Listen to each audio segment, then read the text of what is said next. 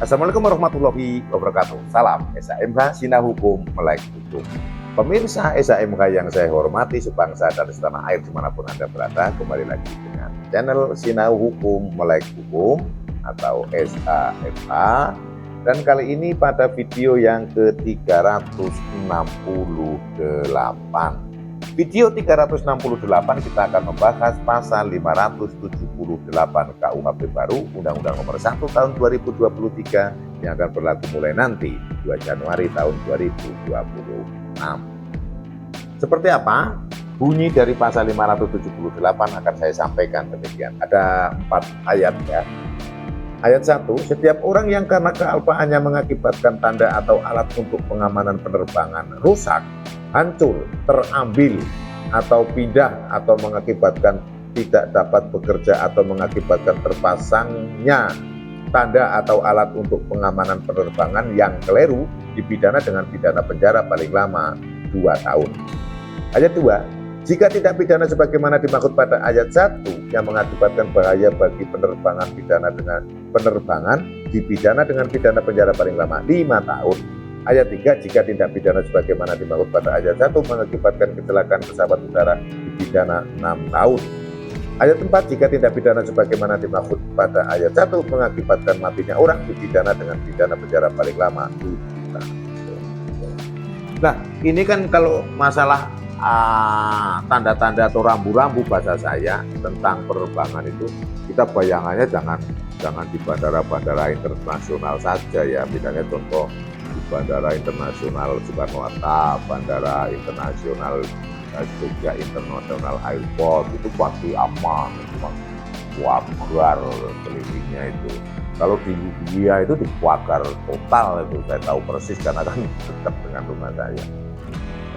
Kadang saya juga beberapa kali bawa cucu itu untuk nonton pesawat landing atau take off gitu kan, sambil di pinggir laut.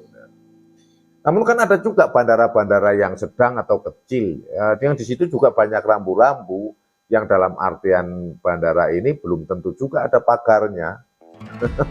Ya yang semacam apa ya, nama penerbangan perintis itu kan. Namun di situ kan juga membutuhkan rambu-rambu.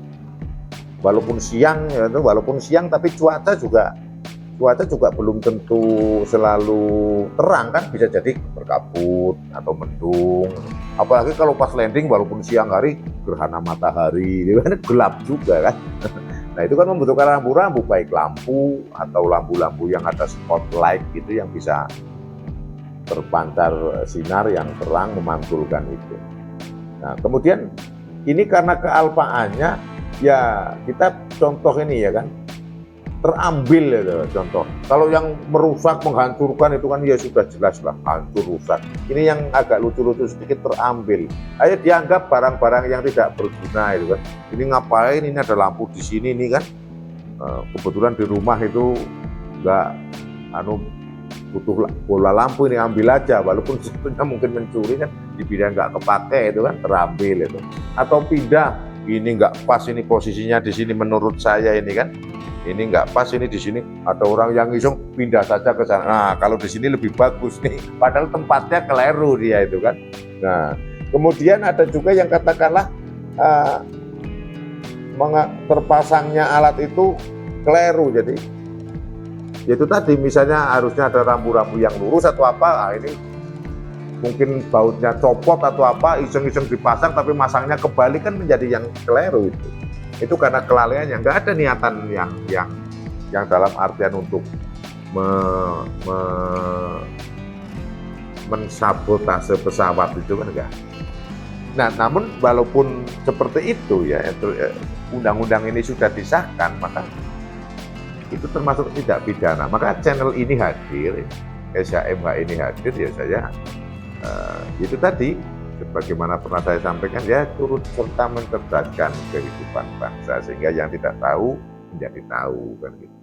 Visinya itu, untuk misinya adalah ya mereview KUHP. Dan salah satunya adalah pasal-pasal 578 ini kan termasuk pasal-pasal yang tidak populer ya, tidak familiar kita.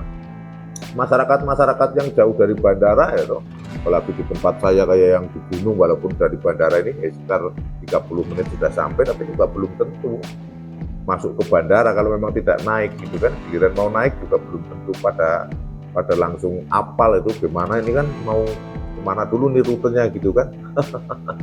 kayak saya orang kampung ya, kalau kalau Bandara Soekarno-Hatta saya terminal A itu ya cukup apal karena tiap terbang pakai terminal A itu kan. Taunya ya hanya itu, lain-lainnya nggak ngerti itu kan. Ya apalan gitu loh. Tapi kalau mungkin saya harus turun di Bandara Udara Changi sana ya bingung juga kemana itu kan. Walaupun makanya di sini butuh banyak rambu-rambu terkhusus pesawatnya juga. Nah ini kalau yang di daerah-daerah pedalaman dalam artian yang bukan standar-standar internasional, bandar udaranya itu kan perlu ini diketahui oleh warga masyarakat. Jangan sampai kemudian ada kelalaian ngambil barangnya dikira nggak kepakai, ternyata itu alat-alat penting untuk rambu-rambu lalu lintas. Atau juga wah ini rusak berbudi baik malah masangnya keliru, wah ini jatuh ini benerin. Nah apa yang harus dilakukan? Ya dilaporkan kepada petugasnya kan. Laporkan kepada petugasnya agar petugas itu yang membetulkan. Jangan ya niatnya baik tapi bisa jadi keliru. Iya kalau tidak terjadi apa-apa. Kalau terjadi ada yang mati, ancaman hukumannya tinggi juga. Tidak bisa dibilang Pak saya tidak tahu, Bu saya tidak tahu, ya nggak bisa. Karena itulah yang namanya fiksi hukum itu kan. Hukum yang sudah disahkan itu ya bersifat mengikat. Tahu tidak tahu, kalau memang ada pelanggaran hukum ya bisa saja diproses hukum, walaupun perkembangan hukum saat ini tidak crime control model itu ya, bisa jadi juga ada penyelesaian perdamaian, ada edukasi, ada mendidiknya, ada pemulihan kerugian korban, ada restoratif, tidak serta-merta di penjara. Namun demikian juga kadang itu bersifat situasional itu, karena hukum itu kan kalau saya berpendapat saat ini kan tidak hanya memenuhi kalau yang sering digembar-gemborkan itu kan 3 asas itu kan, asas manfaat, asas kepastian hukum, kemudian asas apa lagi, keadilan kan gitu kan. Adil manfaat enggak selalu begitu, walaupun ini harus zaman sekarang itu ada netizen jurnalisme itu kan. Kalau walaupun baik benar sesuai aturan, kalau kemudian ada faktor suka tidak suka dari netizen itu juga sehingga harus ada tambahan lagi. Penegakan hukum itu juga harus dapat diterima oleh masyarakat dan gitu kan. Nah, supaya masyarakat dapat menerima itu perlu dicerdaskan sehingga masyarakatnya tidak hanya asal omong gitu kan, tidak hanya asal ngomong, waton omong, jeblang-jeblung bikin rusi telinga atau mata yang baca komentar karena tidak tahu. Nah, inilah pentingnya SHMH itu hadir gitu kan. Dengan visi turut serta mencerdaskan bangsa, misinya mereview undang-undang KUHP baru supaya kita semuanya tidak tahu. Jadi ada seperti ini, oh ya ternyata keliru juga itu kan, niatnya benar, niatnya baik, tapi belum tentu juga hasilnya baik. Mindah rambu bahaya, ada yang mati lagi ya. Akhirnya ditanya oleh petugas pada saat pemeriksaan, apakah saudara memiliki kewenangan untuk memindah rambu penerbangan ini? Ayo tidak, itu kan jadi masuk unsur pasal. Nanti menjadi tidak disukai oleh netizen. Oh ini tidak ini ya, padahal pasalnya ada. Jadi ini juga untuk mencerdaskan, untuk memberikan pemahaman kepada kita semua untuk kita paham aturan hukum. Ya mau tidak mau kita negara hukum sehingga kita harus paham tentang hukum. Tujuannya adalah untuk tidak melanggar hukum itu sendiri. Itu yang bisa saya sampaikan pada video ke-368. Saya ulangi ayat satunya biar untuk menegaskan lagi.